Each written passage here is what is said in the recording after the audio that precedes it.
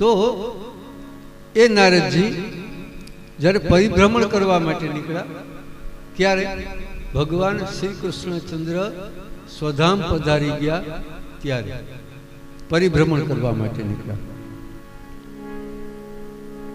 અને એ પરિભ્રમણ કરતા એને જોયું કે આ તો પૃથ્વીની માથે હળાહળ કળિયુગ આવી ચૂક્યો છે. એટલે બહુ દુઃખ થયું નારદજીને. દેવ ઋષિ છે, નિરંતર આનંદમાં રહેનારા નારદજી છે, નિરંતર આનંદમાં નારાયણ નારાયણ નારાયણ એક જ કામ એનું. નારાયણ નારાયણ કર્યા રાખવું, પરિભ્રમણ કર્યા રાખવું, હૈસા રાખવું, બીજાને હસાવતા રહેવાનું, એક જ કામ. પણ એ નારદજી મૂંઝાઈ ગયા, ઉદાસીનતા આવી. બદ્રી વિશાલ આશ્રમ જેને કહે ને, આપણે નથી કહેતા બદ્રી કેદાર, 4 સનત કુમાર એનો આશ્રમ છે. ત્યાં નારદજી ઉદાસીનમાં મંડ્યા ભાગવા ચારે બાજુ. આ કળિયુગનો રસ્તો શું કરવો, આ બધાનું કલ્યાણ કેમ કરવું? કારણ કે આ એક વસ્તુ છે, આપણે કદાચ કોઈને મદદ કરીએ ને 7 વાર વિચારશું કે આને આપણે મદદ તો કરીએ, પણ આપણને હું હોવા દેવું, આપણો લાભ હું, કંઈક પણ લાભ હશે ને તો વળી થોડુંક, બાકી તો કંઈ. તો નારદજી એક એવી વ્યક્તિ છે કે એને ક્યારે એને પોતાને કોઈ લાભનો પ્રશ્ન હતો જ નહીં, કોઈ એનું સગવવાનું તો હતું જ નહીં. એક સંત હતા, અને સંત છે પરહિતકારી. શાસ્ત્રો એમ કે પરહિત, બીજાનું કલ્યાણ કરવા માટે જે, આનું નામ સંત. કદાચ પ્રાણ દઈ દેવા પડે ને તોય દઈ દે. ભાગવતજીમાં આગળ પ્રસંગ આવે છે, કથા આવે છે. વૃત્રાસુર એ જ્યારે દેવતાઓને હરાવે છે, દેવતાઓ ગભરાઈ ગયા, મૂંઝાઈ ગયા, શું કરવું, આમાંથી બચવું કેમ? ભગવાનને શરણે ગયા. ભગવાન કે ભાઈ એક તો ન કરવાના કામ કરો ને પાછા મારી પાસે જાઓ. પણ ઇન્દ્ર કે મહારાજ એ બધું પછી કે જો અટાણે આનો કયો ને, આને મારવો કેમ, આ વૃત્રાસુરને આમાંથી રસ્તો બતાડો. ઠીક છે, તો ભગવાન કે કામ કરો, દધીચી ઋષિ પાસે જાઓ અને દધીચી ઋષિને કહો કે તમારા બરડાનું પીઠનું હાડકું, કરોડરજ્જુ આપણે કહીએ ને, એ આપે. અને એ કરોડરજ્જુ જે આપે ને એમાંથી વજ્ર બનાવી દેશે વિશ્વકર્મા, એનાથી વૃત્રાસુર મરશે. ત્યાં તો દેવતા મૂંઝાઈ ગયા, આઘા પાછા મીંડા થવા. ભગવાન કે કાં ભાઈ કાં વિચાર કરો, તમને કહ્યું તો ખરું. ઇન્દ્ર કે પણ અહીંયા જવાય એમ નથી. કેમ? એનો અપરાધ કર્યો. ત્યાં ક્યાં હારાવાટ રહેવા નથી દીધી, કોઈ જગ્યાએ હારાવાટ રહેવા દો તો કોઈક કામમાં આવે ને. ક્યાંય હારાવાટ જ ન રહેવા દે. આ દેવતાઓ આવું કરતા, આપણે જ કરી જવું નથી, એટલે મૂંઝાવું નહીં. આગુ છે ચલી આતી, આ વયું જ આવે. હવે દેવતાઓ આવું કરતા હોય તો આપણે કાળા માથાના માણસ છીએ. ભગવાન કે છે દેવ ઇન્દ્રને, મૂંઝામાં ભાઈ તું જા દધીચી પાસે, એકવાર જા. આ કે હારું. ઇન્દ્ર આવ્યા દધીચી પાસે. દધીજીએ જોઈ આવકાર આપ્યો, આવ ભાઈ આવ, બોલ કામ કે. ઇન્દ્ર કે મહારાજ નાનકડું કામ છે, તમારે માટે અઘરું નથી, પણ અમારા જીવની વાત આવી છે, જીવન મરણનો અમારો સવાલ છે. બોલ, આ કે મારાથી થશે જ કરી દઈશ. કરોડરજ્જુ જોયું, બરડાનું હાડકું. દધીચીના ચહેરામાંથી કોઈ ફેર આવ્યો નથી. દધીચીએ એટલું કહ્યું ઇન્દ્રને, ભાઈ તારી વાત સાચી, કરોડરજ્જુ હું તને દઉં, મારું હાડકું દઉં, એના માટે મારે તો મરવું ને. હું મરું તો તને આ મળે, નકર તો તને મળવાનું નથી. તો તમારા માટેથી મારે શું કરવા મરવું? અને અપરાધ કર્યો તો ને એટલે ખાલી વાત કરી. તમારા માટે મારે મરવું શું કરવા? એવું શું કાર્ય કર્યું તમે? ત્યારે આને તો ભગવાને કહ્યું હતું ને, એટલે શબ્દ ભગવાનના છે, બોલે છે ઇન્દ્ર. ઇન્દ્ર કે બે હાથ જોડી માથું નમાવે, સંતન પરહિતકારી. તમે તો સંત છો, અમારા અપરાધને માફ કરો, અમારા જીવન મરણનો સવાલ છે. એટલે દધીજી હસવા માંડ્યા. દધીજી કે ઇન્દ્ર, હું તો ખાલી મજાક કરું, મારે માટે આ દેહનું કોઈ મહત્વ નથી, જો કોઈનો ઉપયોગમાં આવતો હોય તો. પણ લઈ જા પીઠનું હાડકું. અને દધીજી પ્રાણ છોડી દે, પીઠનું હાડકું આપે, પણ ત્યાંથી પાછા વળી જાય. તો સંત જે રહેલા છે, જો પ્રાણની આહુતિ બીજા માટે આપી શકતા હોય તો બીજાનું કલ્યાણ કરવા માટે હળિયાપટ્ટી કરે એમાં કંઈ નવાય નહીં. પણ એ સંત, સાચા સંત, અત્યારના કોઈની વાત હું કરતો નથી, ઘણા બધા આપણે કહીએ ખરા આ સંત, ખાતરી કરી જોઈએ ખૂબ દી. આ યુગમાં સાચા સંત મળવા મુશ્કેલ છે, છતાં એટલું ખરું એનો વેશ છે, માન જાળવ્યું આપણે બરાબર. માન જાળવવું જોઈએ, કારણ કે ગમે એમ તો જે હોય છે તો વેશ, એને પગે લાગવું જરૂરી છે. તો નારદજી ઉદાસીન શું કરવા? માણસનું કલ્યાણ કરવું, મારું તમારું કલ્યાણ કરવું છે. મીંડા ચાલવા, વીણાનું વાદન બંધ છે, નારાયણના શબ્દ બંધ છે, કારણ કે ઉદાસીનતા, દુઃખ, ચિંતા. શાસ્ત્ર બતાડે છે આપણને, એક એક પગલે એક એક વસ્તુ આવે છે ને. આને જો દરેક વસ્તુને સમજાવવા બેસીએ ને, દરેક વસ્તુને સમજાવવા જરૂર હશે ને થોડું થોડું સમજાવીશ, બાકી દરેકને જો સમજાવવા બેસીએ ને તો મહિનાઓના મહિનાઓ નીકળી જાય ને ભાઈ, તો આપણું પૂરું ન થાય. એટલે આવતા સોમવારે જો પૂરું નહીં કરીએ ને, બાપુ કહે ને ધર્મ કહે, હાલો ભાઈ તમે એકલા વાંચ્યા રાખજો, હવે અમે તો ટાઈમ થઈ ગયો. છતાંય સમયે સમયે થોડુંક થોડુંક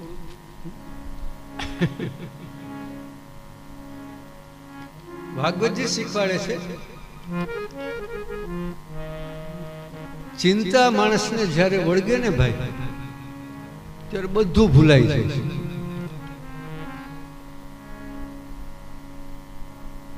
મોટામાં મોટી તકલીફ કોઈ હોય તો ચિંતા. એટલે આનાથી પર રહેવાની કોશિશ કરવી, ચિંતાને ગળે વળગાડવી નહીં. આ જગત છે, સંસાર છે, ચિંતાઓ થતી હોય એમાં કોઈ ના નથી, પણ એને ગળે વળગાડજો. જો ગળે વળગાડશો તો નારદજી દ્વારા એ જ બતાવ્યું કે ચિંતાને ગળે વળગાડી તો વીણાવદન બંધ, નારાયણ નારાયણ બધું બંધ. નારદજી એમને ઉદાસ હાયલા જાય, હાયલા જાય. સનત કુમારે જોયા, સનત કુમારો વિચારમાં પડી ગયા કે આ કાયમ વીણા વગાડે, કાયમ આનંદમાં હોય, કાયમ નારાયણ નારાયણ કરે, અને આ શું, અને વીણા કેમ બંધ થઈ ગઈ? નારદજીને એ ખબર નથી કે હું બદ્રી કેસ આશ્રમમાં આવ્યો. અહીં સંત કુમાર એને ખબર નહીં, ભાન જ નથી. ચિંતામાં માણસ ભાન ભૂલી જાય. એટલે સનત કુમારોએ સામેથી નારદજીને પોકાર કર્યો, હે નારદ. નારદજી ચમકા, અરે હું તો અહીં બદ્રી કેદારે પહોંચી ગઈ. સનત કુમાર એને જોયા, નારદજી એકદમ વંદન કર્યા. સનત કુમાર એને સામા, બંને સામસામા એકબીજાને વંદન કરે છે. સનત કુમારો પૂછે નારદજીને, ભાઈ આ ઉદાસીનતા કેમ, આ દુઃખ કેમ, આ વીણાવદન કેમ બંધ થઈ ગયું, આ નારાયણ નારાયણ બોલવાનું કેમ બંધ થઈ ગયું? તમને વળી શું ઉપાધિ આવી પડી? કઈ ઉપાધિ આવી પડી? નારદજી કે ના, મને તો કઈ ઉપાધિ નથી, પણ એક તકલીફમાં મુકાઈ ગઈ છે. કે શું ભાઈ છે તકલીફ છે કે? નારદજી વાત કરે છે, એ ઋષિકુમાર ફરવા નીકળ્યો પૃથ્વીમાંથી. જ્યાં જોયું તો કળિયુગનું ચારે બાજુ એટલું વર્ચસ્વ જામ્યું છે. ચારે બાજુ ભય, દુઃખ, શોક, આધિ, વ્યાધિ, પીડા, ઉપાધિ, ચારે બાજુ આ જ જોયું. એટલે ક્યાંય સુખ શાંતિ છે કે એની શોધમાં ફરતો ફરતો ફરતો ફરતો યમુના નદીને કિનારે આવ્યો. ત્યાં મેં જોયું તો એક યુવાન સ્ત્રી રુદન કરે છે. એની પાસે બે વૃદ્ધ પુરુષો સૂતા છે, બેભાન છે. મને આશ્ચર્ય થયું કે આ રુદન કરે છે, આ બે સૂતા છે. આજુબાજુમાં અસંખ્ય સ્ત્રીઓ હાથમાં વીંઝણો લઈ, ચામર પંખો જેને કઈ ગુજરાતીમાં, અને આજે રુદન કરતી હતી અને પંખો નાખે છે, છતાં એનું રુદન ચાલુ છે. મને આશ્ચર્ય થયું કે આ શું. ત્યાં તો એને મને જોયો, મેં એને જોયા, એટલે એને મને બોલાવ્યું કે ભાઈ અહીં આવો, અહીં મારી પાસે આવો. પાસે ગયું, જઈને પૂછ્યું, દેવી કોણ છો આપ? આ કોણ છે? આ વીંઝણો નાખે એ કોણ? આ બધું છે શું? શા માટે રુદન કરો છો? એણે મને કહ્યું, અહમ ભક્તિ રીતિ ખ્યાત ઇમો મે તનયો મમો ચરાયા પીડિતે કર્મ બંધન. એ મારું નામ ભક્તિ છે. આ બે સૂતા છે, મારા બે પુત્ર છે, જ્ઞાન અને વૈરાગ્ય. આ વીંઝણા નાખે છે તો કે ગંગા, યમુના, સરસ્વતી, આ બધા તીર્થો. કારણ કે જો હું રાજી થાઉં તો તીર્થોનો મહિમા જળવાય. તીર્થોનો મહિમા ભક્તિ દ્વારા જળવાય છે, શ્રદ્ધા દ્વારા.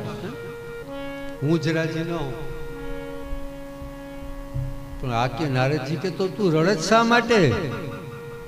તો કે આ બે મારા દીકરા, હું યુવાન છું, આ વૃદ્ધ થઈ ગયા, એના માટે બેભાન છે, આને જગાડો. નારદજી કે એમાં શું મોટી વાત છે, હમણાં જગાડી દો. આ કોણ? નારદજી કેને કે સનત કુમારોને કે છે આ બધું. એટલે મેં તો આ બંનેને જગાડવા માટે, જ્ઞાન અને વૈરાગ્યને જગાડવા માટે એના કાન પાસે મુખ રાખી પેલા વેદના ઘોષ કર્યા, પછી ઉપનિષદના પાઠ કર્યા, પછી 17 પુરાણોના પાઠ કર્યા, છેલ્લે ગીતાજીનો પાઠ કર્યો. આ ગીતાજીનો પાઠ કર્યો ને ત્યારે જરાક એનામાં ચેતના આવી, જરાક જાગૃત થયા. પણ પાઠ મારો જેવો પૂરો થયો, ધબ દઈને પાછા નીકળ્યા. નારદજી કે હું વિચારમાં એ પડ્યો કે વેદથી જેનું કલ્યાણ ન થયું, ઉપનિષદોથી જેનું કલ્યાણ ન થયું, ગીતાજીથી જેનું કલ્યાણ ન થયું, એનું કલ્યાણ કરવું કેમ? આ જ્ઞાન અને વૈરાગ્યને જગાડવા કેમ? કારણ કે પૃથ્વીમાં ભક્તિ, જ્ઞાન અને વૈરાગ્ય વગર કઈ આગળ ચાલશે નહીં.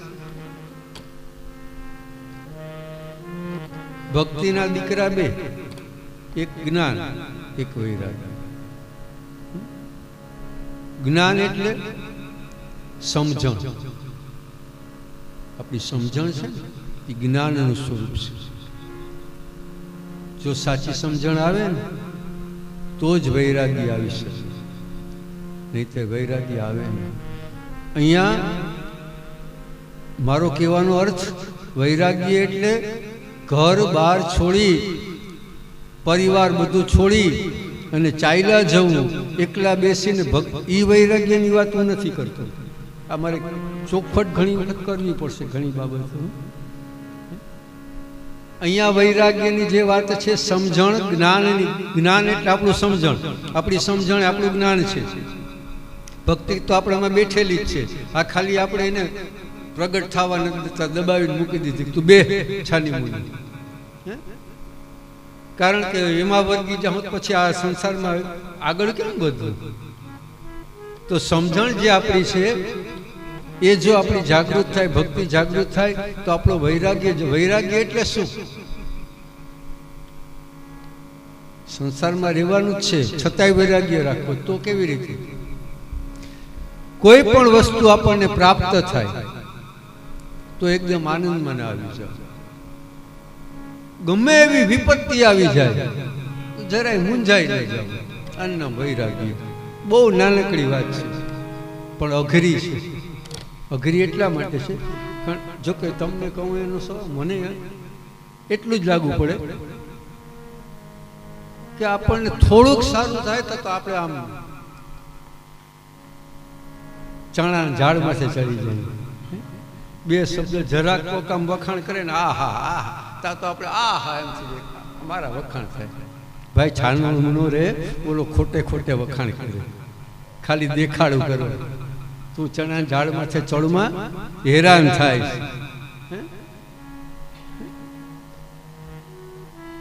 આ સમજો, આટલી સમજણ જો હોય ને તો એમાં ઘણું બધું મોટું ફાયદો. અને એ જ રીતે કોઈ આપણને ગાળો કાઢે, અપશબ્દ બોલે, કાંઈ કે આપણને દુઃખ થાય ને એટલે મને ગાળું કાઢે, બરાબર છે. એને ગાળ કાઢી આપણે સાંભળી તો નથી. બીજાએ કીધું આપણને જો કહે ત્રીજું, એક આ માર્કિંગ કર, કોઈ દી રૂબરૂ મોઢા મોઢ કોઈ ગાળ નહીં કાઢે, વાહે એટલે આપણને કહે ત્રીજું કે ભાઈ આ તમને ઓલું આમ કહેતો હતો. એ સમયે જો આપણી સમજણ સાચી હોય ને, ઘણી વખત આમાં એવું બનતું હોય બોલો બોલનાર તો બોલ્યો કે ના બોલ્યો એ કઈ ખબર નથી, આ હું કે નક્કી ના. સમજણ ન્યા આવી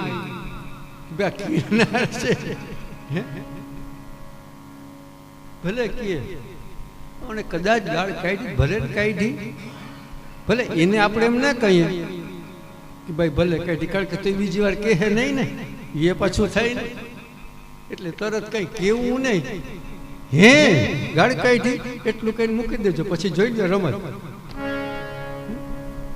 જો ભાગવત શીખવાડે, જો ભાઈ હું શીખવાડતો નથી, હું આમાં કઈ શીખવાડતો નથી. હું તો આમાં જે લખ્યું છે ને, મને જે સમજાય ને એ બોલું જ ભાઈ. એટલે જ બોલ્યો ને કે આ એક એવી વસ્તુ છે, આપણા જીવનના એક એક પ્રસંગો સંસારમાં. ભાગવતજીએ ક્યાંય એમ નથી કીધું કે ઘર છોડીને ભાગી જાઓ. ભાગવતજી એમ કે ઘરમાં રહ્યો, સંસારમાં રહ્યો, પરિવારમાં રહ્યો અને આનંદ મેળવો. આ ભાગવતજી કહે છે. પરિવારમાં એકતા હોવી જોઈએ, ભાગવતજી શીખવાડે છે. આગળ આવશે પ્રસંગો ઘણા, પણ કહેવાનો અર્થ મારો એટલો જ છે કે સમજણ એવી રાખો. વખાણ કરે તો એ વાવા કરી દેવાનું, મગજમાંથી લેવાનું નહીં, ભાર નહીં લેવાનો. ખોટું કદાચ કોઈ કાંઈક કહે એનોય ભાર નહીં લેવાનો. હશે બસ આટલું, આટલું સમજાઈ જાય ને તો વૈરાગ્ય. બીજો કોઈ વૈરાગ્યની જરૂર નથી. આટલો વૈરાગ્ય મારામાં તમારામાં આવી જાય ને એ તો આપણું કલ્યાણ છે. અને આપણું કલ્યાણ થાય ને તો ઓનું તો પેલું થઈ જ ગયું, એ તો વયા ગયા. એનું જેને માટે કે ને આપણે હમણાં આગળ મેં કહ્યું ને કે ભાઈ પિતૃના કલ્યાણ માટે. હવે હું એમાં એક આપણે એમ કે એના કલ્યાણ એ ગયા ને કેટલા વર્ષો થઈ ગયા, તે હું ન્યા બેઠા એને બીજો જન્મ નથી થયો. આપણું શાસ્ત્ર તો એમ કે જન્મે એટલે મરે એટલે બીજે જન્મે. હા ઠીક છે, 5-15 દી જન્મ ન થાય, હવે એનો તો બીજો જન્મ થઈ ગયો, તો પછી એનું કલ્યાણ આપણે કેમ કરવાનું? પણ છતાંય એક વાત સાચી છે, સાચી એટલા માટે કહીશું એને, ભાગવતજી દ્વારા પિતૃનું કલ્યાણ થાય. ના નથી પડતું, જરાય ના નથી પડતું, થાય જ. પણ ક્યારે? કે જે કથાનું શ્રવણ કર્યા પછી સારી રીતે વિચાર કરી આપણા જીવનમાં એને જો ઉતારીએ અને એ માર્ગે જો ચાલીએ, જો સંસાર છોડવાની વાત ક્યાંય આવી નથી, હું કરતોય નથી, ઘરમાં જ રહેવાનું છે, પરિવારમાં જ રહેવાનું છે, સમાજમાં જ રહેવાનું છે, બધાની સાથે હળી મળીને રહેવાનું છે. પણ જે કંઈ સાંભળીએ ને બરાબર વિચાર કરી, મનન કરી, હૃદયમાં ઉતારી એનું આચરણ, એનું પાલન જો કરવામાં આવે તો આપણું તો કલ્યાણ, પિતૃનું કલ્યાણ. કદાચ એની કોઈ તૃષ્ણા હોય ને તો એ તૃષ્ણા સંતોષાઈ જશે, આપણા દ્વારા સંતોષાશે. કથા સાંભળવા કે આવવાના નથી. આ તો હવે એક ઓલો ધંધુકારી આવ્યો હતો ને તેદીનું ચાલુ થઈ ગયું. આ ગાંઠ અહીં બાંધી જ છે ધંધુકારી, એક જ જગ્યાએ ધંધુકારી એક જ આવ્યો, બાકી ક્યાંય કોઈ જગ્યાએ. પણ હવે આપણે તો પ્રથા પડી ગઈ, બાંધવી તો પડે. ગાંઠ એક એક ગાંઠ રોજ ફૂટતી જાય ધડાક. ના ના, કોઈ જરૂર જ નથી પિતૃને અહીં પહોંચવાની. આપણું જીવન આપણે કેવું જીવીએ છીએ અને એને જ્યારે સંતોષ થશે કે ના ભાઈ મારો પરિવાર, એટલે ઓટોમેટિક એનું કલ્યાણ છે. એટલે કલ્યાણ આપણું કરવાનું છે, એનું તો થઈ ગયું. આ જ્ઞાન, આ વૈરાગ્ય. વૈરાગ્ય એટલે બીજું ક્યાંય નહીં. ભક્તિના દીકરા બે જ્ઞાન અને વૈરાગ્ય. એટલે સમજણ સાચી મગજમાં લઈ, સમદ્રષ્ટિ રાખી અને જીવી, એનું નામ વૈરાગ્ય. વૈરાગ્ય ક્યાંય લેવા નથી જવું. 15,000ની સાડી પહેરવાની ઈચ્છા થાય ને શક્તિ પહેરી લેવી, એમાં મૂંઝાવું જ નહીં. એટલે માતાજીઓ એકની વાત નથી, આમાં તો બધાને લાગુ પડે. આ બાજુ એટલું જ લાગુ પડે. હા, એને લાગુ પડશે. 10,000ની જોડી આમ જોવે કે 10,000ની છે, લઈ લેવી, પ્રેરી લેવું. પણ શક્તિ હોય તો, જો પાછો એટલું સમજજો, હું જે કહું છું એ સમજ. શક્તિ હોય તો, પછી ત્રેવડ ન હોય, ઘર બાળીને કઈ તીરથ ના કરાય ભાઈ. કોઈની દેખાદેખીથી કરાય નહીં ધંધો. નકર ઓલા પાછા મને આવીને હેરાન કે આવી કથા વાંચો. શક્તિ ન હોય તો કઈ મૂંઝાવું નહીં, માનસિક રીતે પહેરી લેવું. આ હા હા, હાલો મેં પહેરી લીધી, મનમાં વિચાર કરી એકલો એકલો આનંદ માણી લ્યો. અને આ અનુભવ તમને બધાયને હશે. અત્યારે હું બોલી રહ્યો. જો ઘણી વખત એક સારી વસ્તુ કોઈ દેખે ને આપણે મન થાય લઈ લઈએ, તો આપણે વિચારે આવે કે અત્યારે તો આ સંજોગો નથી. પછી ઘરમાં એકલા એકલા હોય ને વિચાર કરીએ, વિચારે ચડી જાય, આહા લઈ આવું. નિંદરમાં સ્વપ્નું, દિવા સ્વપ્ન જેને કહીશું, લઈ લીધું. અને એ સમયે કેટલો આનંદ અનુભવ્યો જ હશે બધે. લગભગ અપવાદ કોક બકાત હોય, આ આનંદ બધાએ અનુભવ્યો હશે. થાય ને માનસિક આનંદ. એટલે કદાચ શક્તિ ના હોય તો માનસિક આનંદ લઈ લેજો, બાકી મૂંઝાતા નહીં. વૈરાગ્યને પકડી રાખજો, આટલું ધ્યાન રાખજો. તો સનત કુમારોને પાસે નારદજી કહે છે કે ભાઈ આ વૈરાગ્યને જ્ઞાનને જગાડવા આ ગીતાજીથી જાગ્યા નહીં, ઉપનિષદથી જાગ્યા નહીં, હું ચિંતામાં મુકાઈ ગયો, આને જગાડવા કેમ? એટલે સનત કુમારો નારદજીને કે ધન્યવાદ છે તમને. કે કેમ? તો કે તમે તો આખા જગતને કહી આવ્યા. નારદજી કે શું? હું તો ભૂલી ગયો, કઈ યાદ નથી. તો કે ભાગવત સપ્તાહ, ભાગવત જ્ઞાન સત્ર. થોડીક વાર પહેલા જ મેં કહ્યું હતું, ચિંતા એક એવી વસ્તુ છે ભાઈ, હેરાન કરી. અને મેં આ મોટે ભાગે મેં ઘણા લોકોના મોઢે એવું સાંભળ્યું, શું સાંભળ્યું, ઘણી વખત સાંભળ્યું. ઘણા એ લોકો એમ બોલે, મારો સ્વભાવ જ ભૂલકડો, બધું ભૂલી જાઉં, હું બહુ ભૂલી જાઉં. હો ભાઈ, મને એક વિચાર આવે, એની વાત માની લઈએ, બે ઘડી ભૂલકનો સ્વભાવ ભૂલી જાય. 15 વર્ષ પહેલાનો કોઈ એવો પ્રસંગ બન્યો હોય ને પૂછીએ, ફટાફટ કહી દે, આખે આખો અથી ઇતિ સુધી કહી દે. એટલે તારી યાદાશ્ત નબળી છે તો આ 15 વર્ષ પહેલાનું કેમ યાદ છે?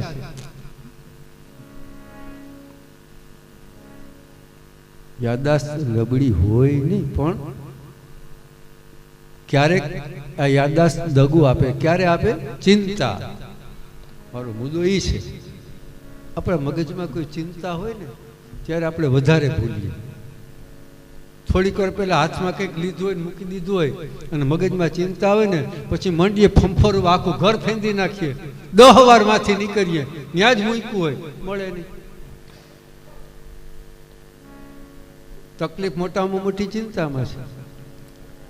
નારદજીએ સનતકુમારે જ્યારે કહ્યું, નારદજી કે ભાઈ વાત સાચી, પણ હું ભૂલી ગયો. ભૂલી કેમ ગયા ભાઈ? તો કે ચિંતાને કારણે ઉપાધિ આવી પડી, નારાયણનું નામ ભૂલાઈ ગયું. તો આ ભાગવતનું ક્યાંથી યાદ આવ્યું? સનતકુમારો નારદજીને કે તમે તો કહ્યું. તો નારદજી કે વાત સાચી, મેં કહ્યું, પણ અટાણે મને કંઈ યાદ નથી. તો શું કરવાનું? મને એટલું કરો, મારી પાસે મદદ એટલી કરો કે ભક્તિ જ્ઞાન ને વૈરાગ્યનું કલ્યાણ થયું, કંઈક કરો. એટલે સનતકુમાર કે તો ચાલો, તમારી પાસે હું ભાગવત કથા, સપ્તાહ, જ્ઞાન સત્ર, તમે મારા શ્રોતા બનો ને હું તમારો વક્તા બનું. નારદજી કે ચાલો. એટલે આ જ્ઞાન સત્ર ક્યાં થયું? સનતકુમારે નારદજીને કહ્યું, ભાઈ તમે યજમાન ને હું વક્તા, એ તો બરાબર, પણ ખાલી આપણે બે તો ના હાલે ને, તો ભગવાનના નામ લેવાય. તો નારદજી કે શું કરવાનું? તો કે જાઓ, તમામ ઋષિઓને દેવતાઓને નોતરા દઈ આવો, મનુષ્યને નોતરા દઈ આવો. એટલે નારદજી ઉપડા બધે નોતરા દેવા, તમામને નોતરા દઈ સાથે લઈ આવી. સનતકુમારો પહોંચી ગયા હતા ગંગાજીને કિનારે. નારદજી ગંગાજીને કિનારે આવ્યા છે, સંતકુમાર ગંગાજીને કિનારે, આપણે અહીંયા નર્મદાજીને કિનારે આવ્યા છે. ગંગાજી ને નર્મદા સમાન પવિત્ર નદીઓ છે. મારા તમારા નસીબ ખરેખર સારા હશે, ખરેખર સારા હશે કે નર્મદાજીને કિનારે આપણને આવો સરસ મજાનો લાભ પ્રાપ્ત થયો છે. તો ગંગા નદીને કિનારે સનતકુમારો જ્યારે આસન લે છે, અનેક ઋષિઓ, અનેક દેવતાઓ, અનેક મનુષ્યો, પશુઓ, પક્ષીઓ એ ગંગા નદીને કિનારે આવે છે. સનતકુમારો એની પાસે શ્રીમદ ભાગવતજીની કથા એનો જ્યારે પ્રારંભ કર્યો છે, એક સરસ મજાની વાત સનતકુમારોએ કહી છે, બહુ સરસ મજાની વાત છે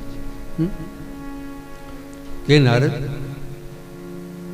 ભાગ્યોદયેન બહુજન સન્માર્જિતેન સત્સંગમં ચલભતે પુરુષો યદા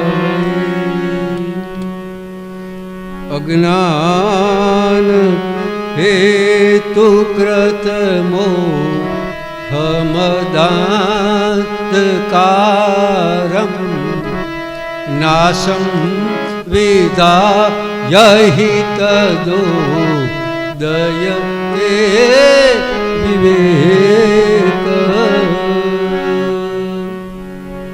અદ્ભુત વાત કહીશું. ભાગ્યોદયેન બહુ જન્મ સન્માર્જિત. શાસ્ત્રોમાં એમ કહેવાયું છે કે જીવ અનેક યોનિઓમાં ફરતો ફરતો અનેક કર્મના બદલાવો ભોગવતો ભોગવતો ભોગવતો સારા કર્મો જ્યારે કર્યા હોય ત્યારે માનવ યોનિમાં આવે છે. કહેવાનું તો એવું છે, 184 યોની છે એમ કહેવાય. સાચું ખોટું તો ભગવાન જાણે, મને ખબર નથી 84 લાખ યોની છે કેટલી છે, પણ કહેવાય છે કે 84 લાખ યોની છે. અને એમાં અનેક જગ્યાએ અનેક ભોગ પોતાના કર્મના બદલા ભોગવી અને સારા કર્મના બદલામાં માનવ દેહને પ્રાપ્ત થાય છે. એટલે અહીંયા સનત કુમારો કે છે બહુ જન્મ સન્માર જીતે ન. એક જન્મ નહીં, બહુ જન્મ. જો આણીએ પાછું એક બહુ સરસ મુદ્દો એ આપ્યો કે બહુ જન્મ એટલે કેટલા, એ કઈ નક્કી નહીં ભાઈ. આમાં એમ નથી લીધું કે લાખો જન્મ પછી, ના ના, એ કઈ નહીં. બહુ જન્મ માણસ તરીકે પણ આપણે જન્મા હોય ત્યારે આપણે સારા કર્મો ઘણા બધા કર્યા હોય ને, પુણ્ય કર્મો ઘણા બધા કર્યા તો હોય ને, તો એનો સંચય થયા રાખે. પાછો ફરીવાર જન્મ આવ્યો, પાછો આવ્યો. એટલે એ જેટલા બધા પુણ્ય કર્મો આપણે કરીએ ને એનો સંચય જ્યારે થતો એ એવડો પહાડ રૂપ જ્યારે બને ને ત્યારે સંચિત કર્મ આમાં ચોખ્ખું લખે છે, ચોખ્ખું કહે છે સનત કુમારો કે બહુ જન્મે ન, અનેક જન્મમાં કરેલા પુણ્ય ભેગા થાય, સંચિત કર્મ ભેગું થાય ત્યારે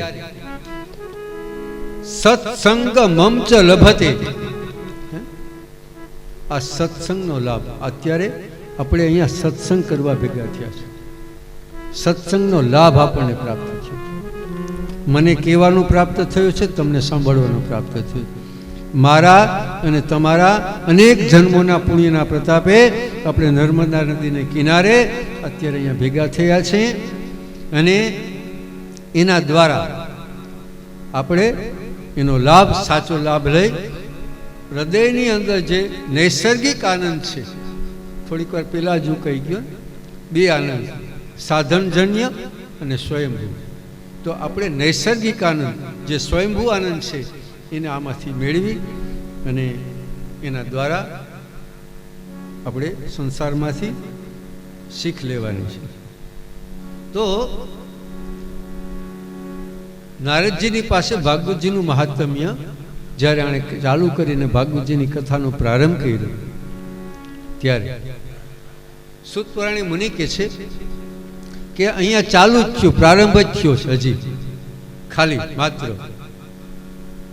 અને જેવો કથાનો પ્રારંભ થયો તત્ક્ષણ, એ જ ક્ષણે યમુના નદીને કિનારે સૂતેલા જ્ઞાન વૈરાગ્ય અને ભક્તિ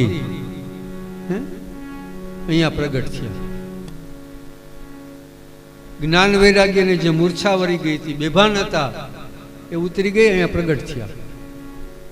ભક્તિ પણ આવ્યા છે અને ત્યાં જય ઘોષ થયું. પરમાત્માના નામના કીર્તન માંડ્યા થવા.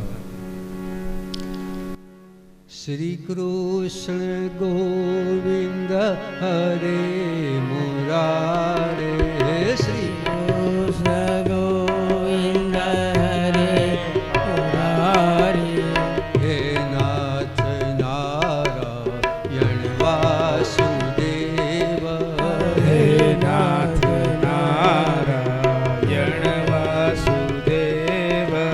શ્રી કૃષ્ણ ગોવિંદ હરે મુરારે, શ્રી કૃષ્ણ ગોવિંદ હરે મુરારે, નારાયણ વાસુદેવ, હે નાથ નારાયણ વાસુદેવા. શ્રી કૃષ્ણ ગોવિંદ હરે મુરારે, શ્રી કૃષ્ણ ગોવિંદ હરે મુરારે, નાથ નારાયણ વાસુદેવા, હે નાથ નારાયણ વાસુદેવા. શ્રી કૃષ્ણ ગોવિંદ હરે મુરારે, શ્રી કૃષ્ણ ગોવિંદ હરે મુરારે, નાથ નારાયણ વાસુદેવા, હે નાથ નારાયણ વાસુદેવા. શ્રી કૃષ્ણ ગોવિંદ હરે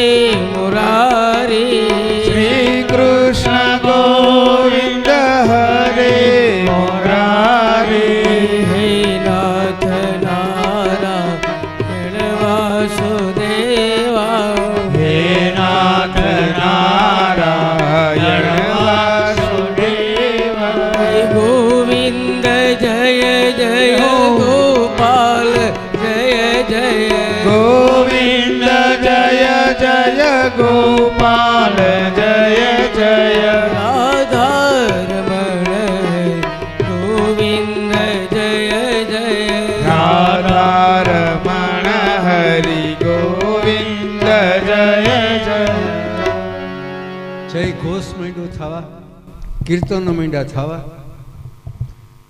નારદજી રાજીના રેડ થઈ ગયા. ક્ષણ માત્રમાં ચિંતા વહી ગઈ.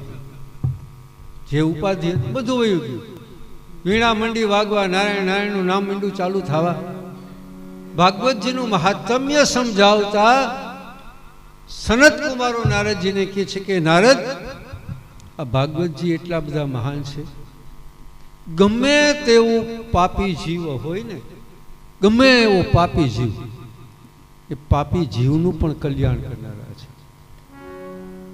આપણા સંસારના તમામ પ્રકારના પાપનો નાશ કરનારા એક અદ્ભુત આ ભગવાનની કૃપા છે. એટલે એ નિમિત્તે ભયંકરમાં ભયંકર પાપ કર્યા હોય ને એનું જો કલ્યાણ કરવાની કોઈનામાં તાકાત હોય ને તો ભાગવતજીમાં છે. બીજા કોઈ ગ્રંથમાં તાકાત નથી. મંત્રોના જપ કરો ગમે એટલા, એમાં કોઈ તાકાત નથી. યજ્ઞો ગમે એટલા કરો, એમાં કોઈ તાકાત નથી. આમાંય તાકાત છે. એટલે કેવી રીતે?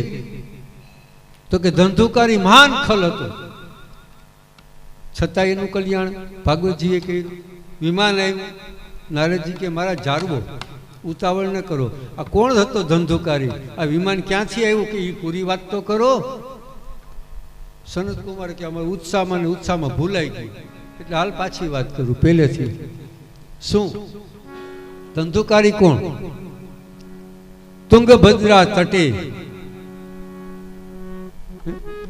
આત્મદેવ બ્રાહ્મણ, તુંગભદ્રા નદીને કિનારે એક સરસ મજાનું સુંદર મજાનું ગામ, એમાં આત્મદેવ બ્રાહ્મણ એક રહેતા હતા.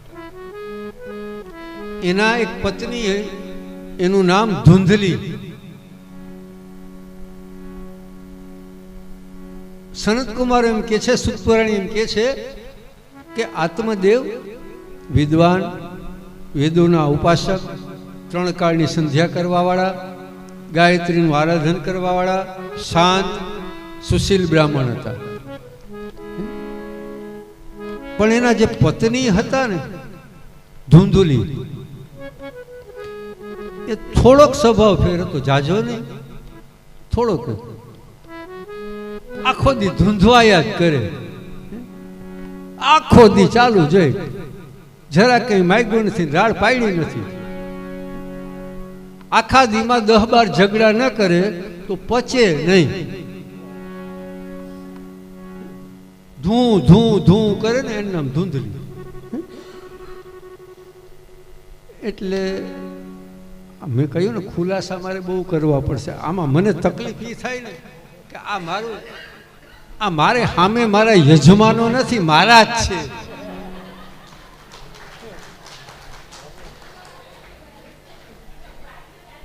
આ હું યજમાનને નથી વાંચું તો હું મારાને ત્યાં વાંચું.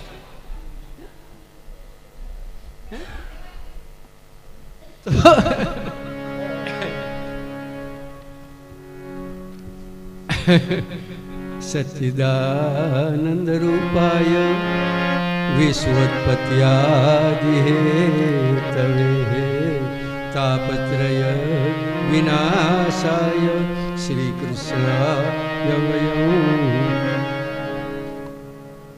ધુંધલી જેની મેં વાત કરી, ધુંધલી આ કોઈ સ્ત્રીની વાત નથી, આ કોઈ નારીની વાત નથી. આત્મદેવ એ કોઈ પુરુષની વાત નથી. તુંગભદ્રા નદીનો કિનારો, જો સ્પષ્ટ વાત આવી છે. તુંગભદ્રા નદી એટલે શું? આપણો આ દેહ. તમામ આમાં કોઈ પુરુષ કે સ્ત્રીની વાત ક્યાંય છે જ નહીં. આપણો આ દેહ છે, તુંગભદ્રા છે. આત્મદેવ એટલે આપણો આત્મા, તમામનો આત્મા આત્મદેવ છે. અને તમામની બુદ્ધિ, આપણી બુદ્ધિ છે ને, ભગવાને આપણને આપી છે ને. આ બુદ્ધિ સારું વિચારે તો વાંધો નહીં, પણ આનું કઈ નક્કી નહીં, આનું કાંઈ નક્કી નહીં, ક્યારેક શું વિચારે. એટલે જો ઈ ધૂંધવાયા રાખે ને તો હક લેવા ન દે. આ ચોખ્ખી વાત છે. આમાં હું કોઈ નારીની કે કોઈ સ્ત્રીની વાત કરતો નથી. આપણી બુદ્ધિ આપણને હક લેવા ન દે, કારણ કે જોઈ અવળું વિચારે તો અને એ જ બુદ્ધિ જો ધારે તો કલ્યાણી કરી શકે. જો સારું વિચાર્યું ત્યારે આ આયોજન થયું ને. ભલે જેણે વિચાર્યું પણ એને વિચાર કર્યો કે આપણે સારું કાર્ય કરવું છે, તો સારો વિચાર, એની બુદ્ધિ સારી હતી તો આયોજન થયું. નહીં તો આજ હવના ઘરમાં આવીને ધુબાકા મારતા હોય.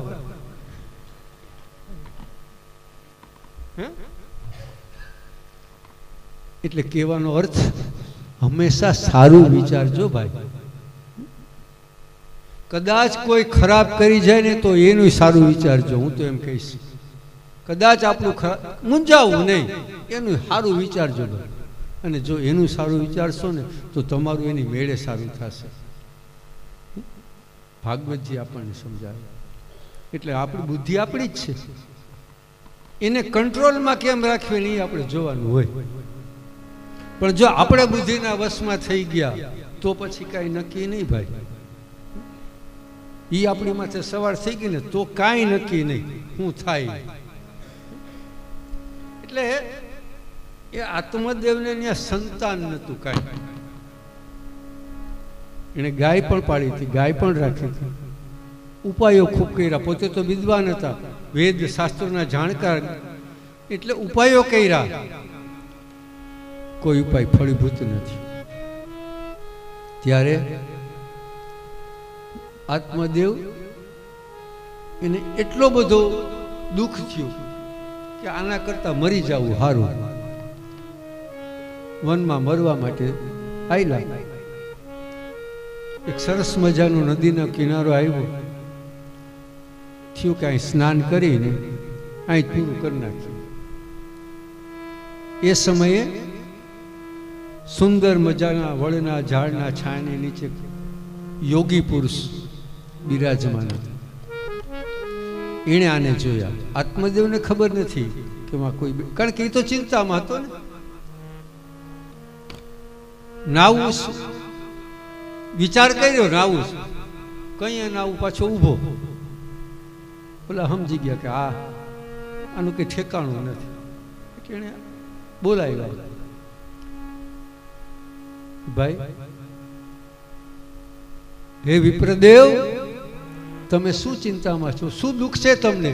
શું આપત્તિમાં છો? તો આત્મદેવની નજર પડી. જોયું હતું કોઈ યોગી છે, સંન્યાસી છે.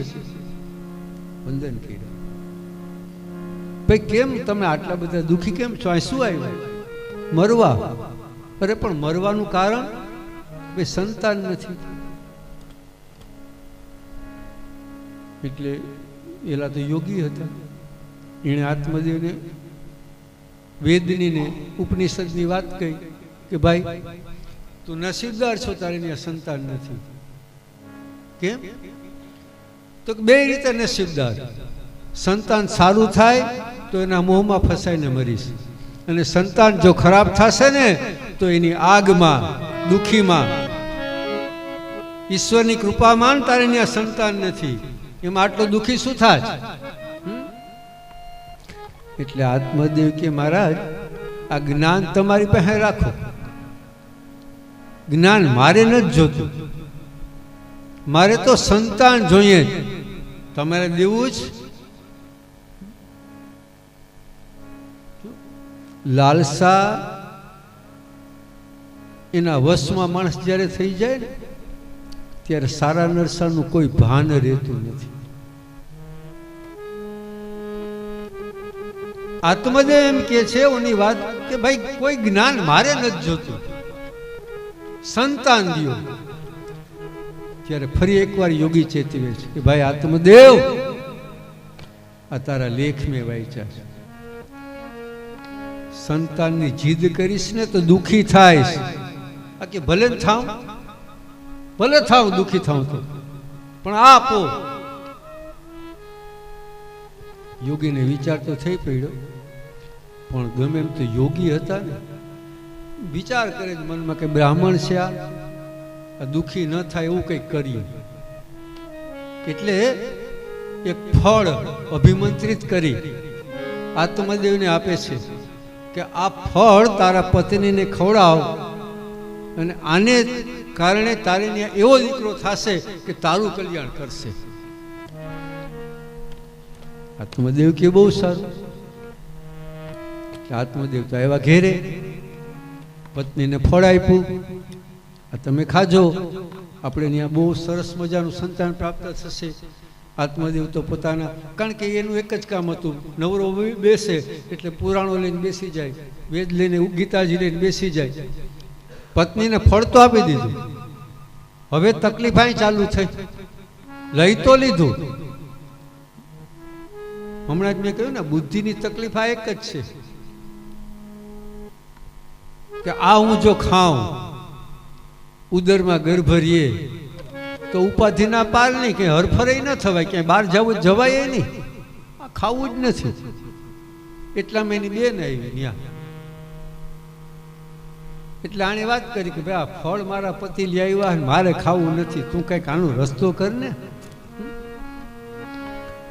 એટલે ઓલી એના જેવી જ હોય ને, એને કહ્યું ભાઈ તું એક કામ કર, તારે ત્યાં ખાવાવાળા હામટા છે, અરે તારે ત્યાં ખાવાનું હામટું છે, ખાવાવાળું કોઈ નથી. મારે ત્યાં ખાવાવાળા હામટા છે પણ ખાવાનું નથી. મારા ઉદરમાં ગર્ભ છે, મારું સંતાન તને હું આપી દઈશ, અને એના બદલામાં તું મને આપી દેજે જે તારે દેવું હોય, એટલે મારા ઘરમાં ખાવાનું સુખ થઈ જાય. ઓલી રાજીના રેડ થઈ ગઈ. એ ઉત્તમ હાલ, આ ઉપાધિ વગરનું ડાયરેક્ટ જ મળી જતું, નકામું ખોટી ઉપાધિ શું કરવા કરવી? આ બેબી ટ્યુબ હારું નહીં, નકામું હેરાન થવું ને. અટાણે યુગી જાય. ઘણા માતાજીઓ વિચાર કરે કે ના ભાઈ એ હેરાન નથી થવું. આ યુગમાં અટાણે આવું બહુ વધ્યું છે. એ એક સુખ છે જો સમજી શકે તો, બાકી તો દરેકની સમજણ અલગ અલગ હોય. તો પૂછ્યું બેન ને આનું શું કરવું? એટલે બેન કે મૂંઝામાં જો તારે ગાય છે, ગાયને ખવડાવી દે. હા ઉત્તમ, લે કોઈને ખબર જ ન પડે, કારણ કે ગાય ખાય એટલે પછી કઈ એ ગાય ફળ ગાયને ખવડાવાઈ ગયું. ધૂંધલીએ કહી દીધું કે હું ફળ ખાઈ ગઈ. આત્મદેવને યોગ્ય સમયે ધૂંધલીએ કીધું મને બાળકનો જન્મ વિના વિઘ્ને વિના દર્દે. વાતે સાચી હતી ને, કારણ કે એને ક્યાં તકલીફ પડી? તકલીફ તો બીજાને પડી, થઈ ગયો. આત્મદેવ તો રાજીના રેડ થઈ ગયા. પણ ધૂંધલી કે છે કે ભાઈ મને છે ને આ બાળકનું પોષણ કરવાનો અનુભવ નથી. આપણું પેલું જ કહેવાય ને, મને કોઈ અનુભવ, મારી બેનને ત્યાં 7 દીકરાઓ છે, તો એ બેનને બોલાવી લઉં, એ અનુભવી છે, આનું ધ્યાન બધું રાખે, કેમ મોટું કરે, કેમ ઉછેરવું, એ બધું બોલાવી લે. થઈ ગયો રસ્તો, ગોઠવાઈ ગયું બધું. આત્મદેવને તો એને તો એમ જ છે કે મારું સંતાન. રાજીના રેડ થઈ ગયા. નામકરણ સંસ્કાર કરવાનો વારો આવ્યો. 16 સંસ્કાર હોય આપણામાં, એમાં 2 બાકી રહ્યા, બાકી તો ક્યાં ગયા ખબર નથી મને. 2 રહ્યા રેડા ખેડા. હવે એ જેવા તેવા છે હો ભાઈ. તો નામકરણનો વારો આવ્યો એટલે આત્મદેવ ધૂંધલીને કહે છે કે આપણે બાળકનું નામ પાડવું છે. ત્યારે ધૂંધલી કહે છે કે ભાઈ મેં નામ પાડી દીધું ઓલરેડી, તમારે કોઈ ચિંતા કરવાની જરૂર નથી. કેમ? શું નામ? તો કે મારો દીકરો છે, આ દીકરો મારો છે, એટલે આનું નામ ધંધુકારી હું રાખીશ મારા નામ માથેથી. જો આ બુદ્ધિના આ સમજવાનું આમાં ઘણું બધું છે. બુદ્ધિ કેવી રીતે હેરાન કરી શકે છે મને ને તમને, કારણ કે જીવ તો બુદ્ધિના વશમાં થઈ ગયો, આત્મદેવ તો બુદ્ધિના વશમાં છે. ધંધુકારી નામે રાખી દીધું. બહુ સારું.